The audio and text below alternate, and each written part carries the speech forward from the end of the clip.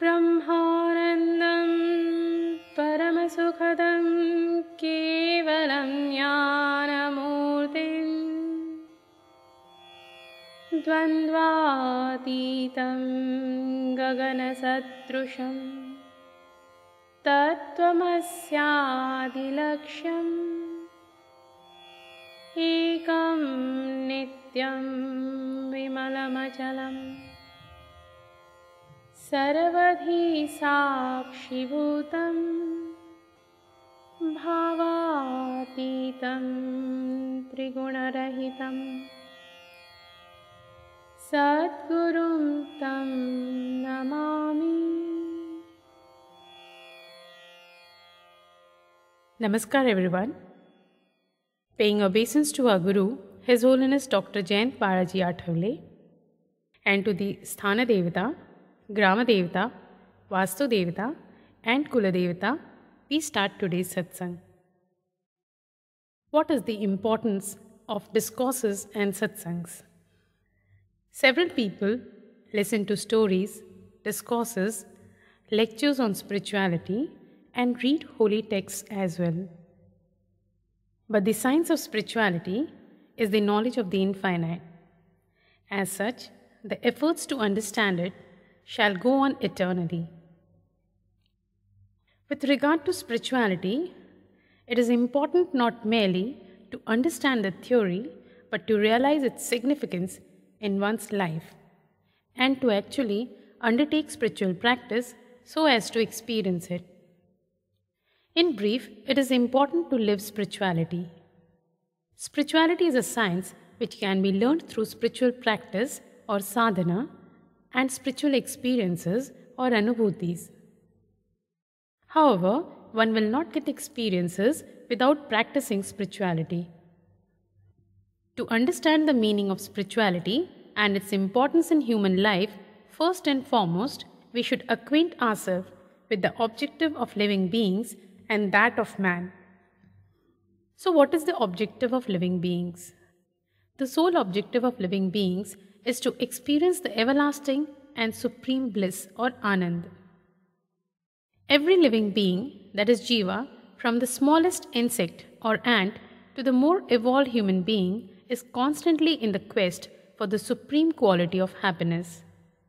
However, schools and universities do not teach how to acquire this happiness. Happiness which is everlasting and of supreme quality is called bliss. The science which teaches us how to acquire bliss is termed as the science of spirituality. What are the reasons for the rebirth of man? Man is born repeatedly for two reasons. The first, that is 65%, to experience happiness and sorrow according to the destiny. And the second, that is 35%, to make spiritual progress so as to acquire bliss or Anand. Each one of us harbors at least some desire to return to the blissful Brahma from which we have been created. Today, we will acquaint ourselves as to what one should do to achieve this goal. Most people have experienced the truth of what Tukaram Maharaj has said. Happiness seems as minute as a grain of barley, while unhappiness seems as huge as a mountain. In an average person's life, happiness is 25% and unhappiness is 75%.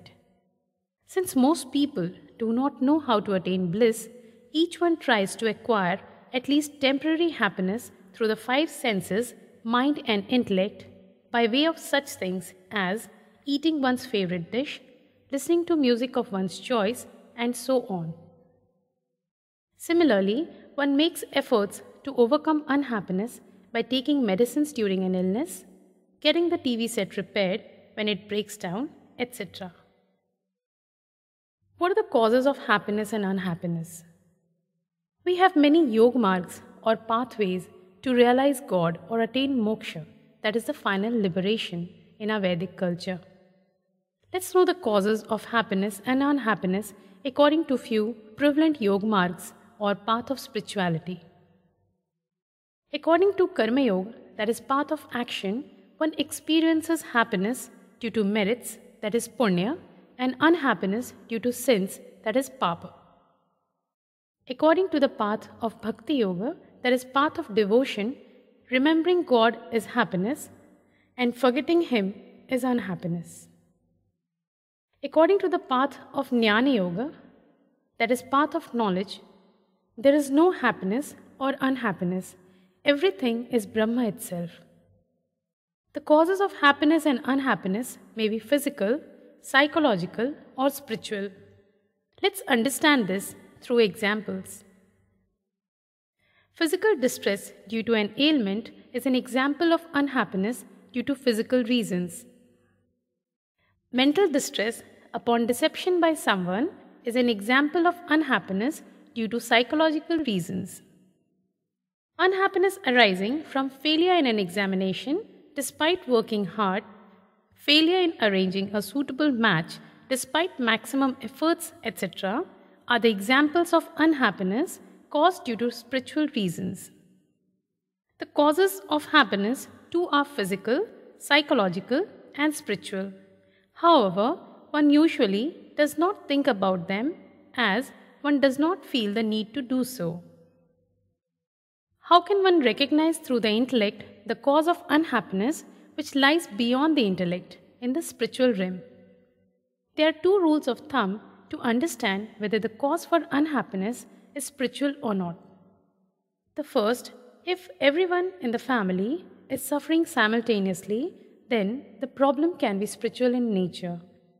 For instance, in a family, one son was a psychiatric patient, the second was divorced by his wife within 2 months of marriage, the third gave up his studies midway, and they were unable to arrange the marriage of the daughter who was beautiful, well educated, and earning a good salary.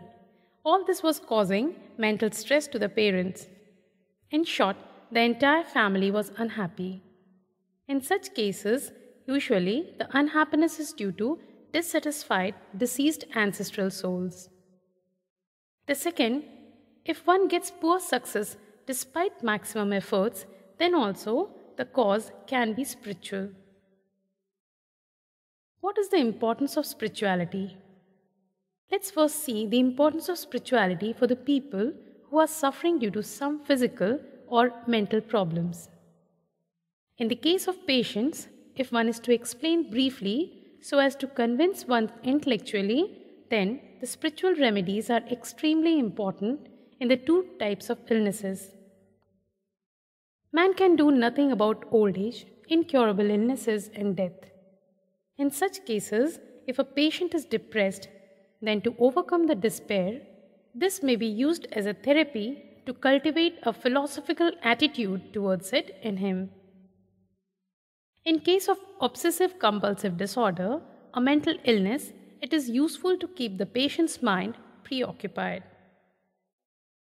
In the life of an average person, 20% problems occur due to physical and or psychological reasons. Another 30% are due to spiritual as well as physical and or psychological reasons. The remaining 50% are solely spiritual in origin. This means that with the practice of spirituality, 80% problems can be resolved, or the ability to endure them by accepting one's destiny can be acquired through it.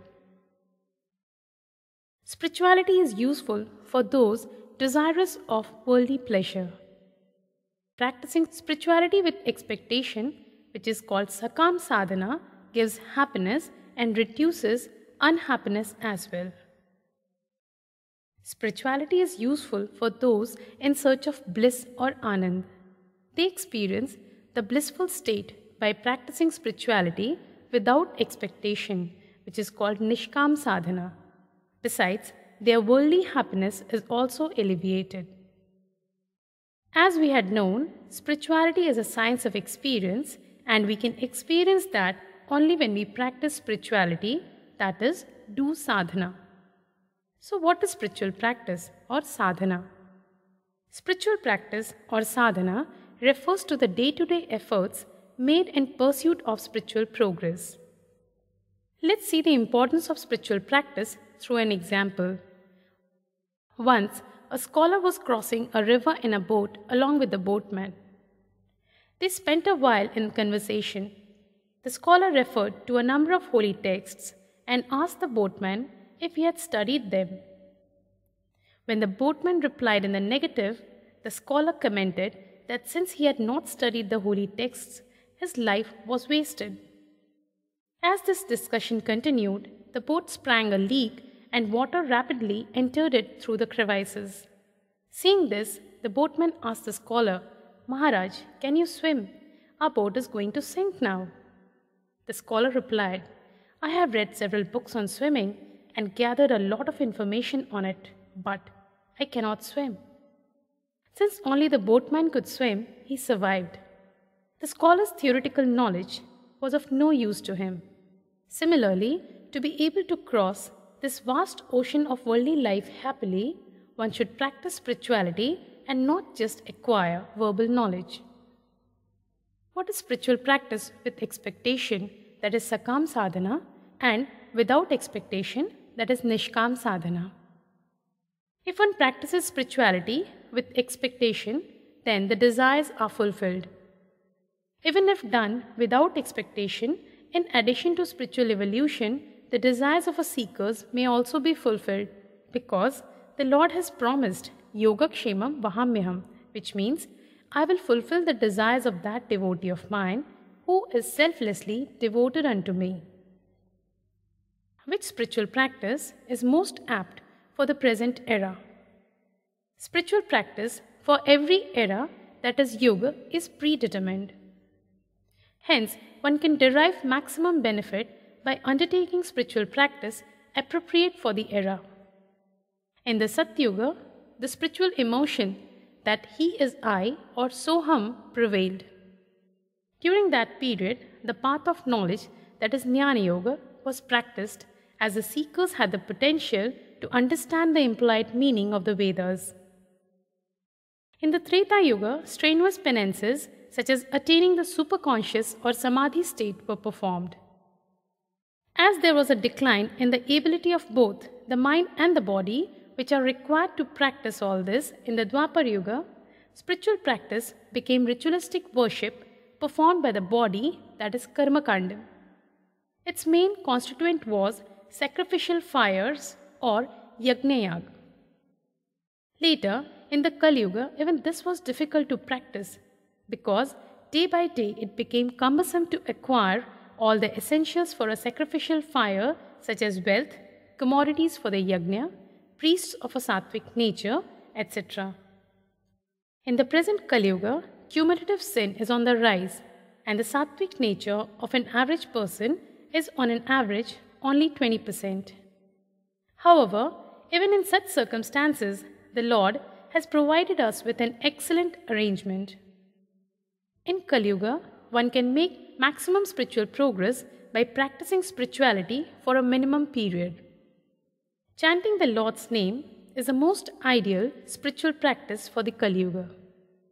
In this context, Lord Sri Krishna in Srimad Bhagavad Gita says, Yajnanam Japayajna Asmi, which means, among the yajnas, I am the Japayajna. What is the definition of Nam Sankirtan Yoga, or the path of chanting? Sankirtan means singing praises, glory of God, or chanting the Lord's name. Nam Sankirtan Yoga, or the path of chanting, is a union with God through chanting, that is, merging of a jiva, that is the embodied soul, with Shiva, the universal unmanifest principle. Chanting also means Namajap. Here, Nam means the name of the God and Japa is the union of two syllables, Ja and Pa. And the definition of Japa is Jakaro Janma Vichedaka, Pakaro Papa Nashaka, meaning that which alleviates our sins and liberates us from the cycle of birth and death. Chanting or Japa means repetition of some word, letter, mantra or sentence. Nam Japa means repetition of the Lord's name and Mantra Japa that of a mantra. The term Japa and Nam, that is name, are often used synonymously with chanting. What is the importance of chanting? The Lord's name does the same task as God Himself. A senior official makes a rubber stamp for his signature. If another person uses the stamp, he can do the same task as the officer. The same analogy is applicable for God too. God and His name can perform the same task. The God's name is superior to His forms. If God appears before us and asks us to make a wish, then we should ask for His name. God's form will vanish, but His name will remain with us forever. He will be compelled to come when we call out His name. The monkeys chanted the Lord's name while tossing the boulders into the ocean and built a bridge across it. However, when Lord Ram himself threw a boulder, it sank. Hence, there is a prevalent saying, Ram se bada Ram ka naam, meaning Lord Ram's name is mightier than the Lord Ram himself. Continuity in spiritual practice is achieved only through chanting. The name is both the tool and the target. The ultimate objective is to merge with the name.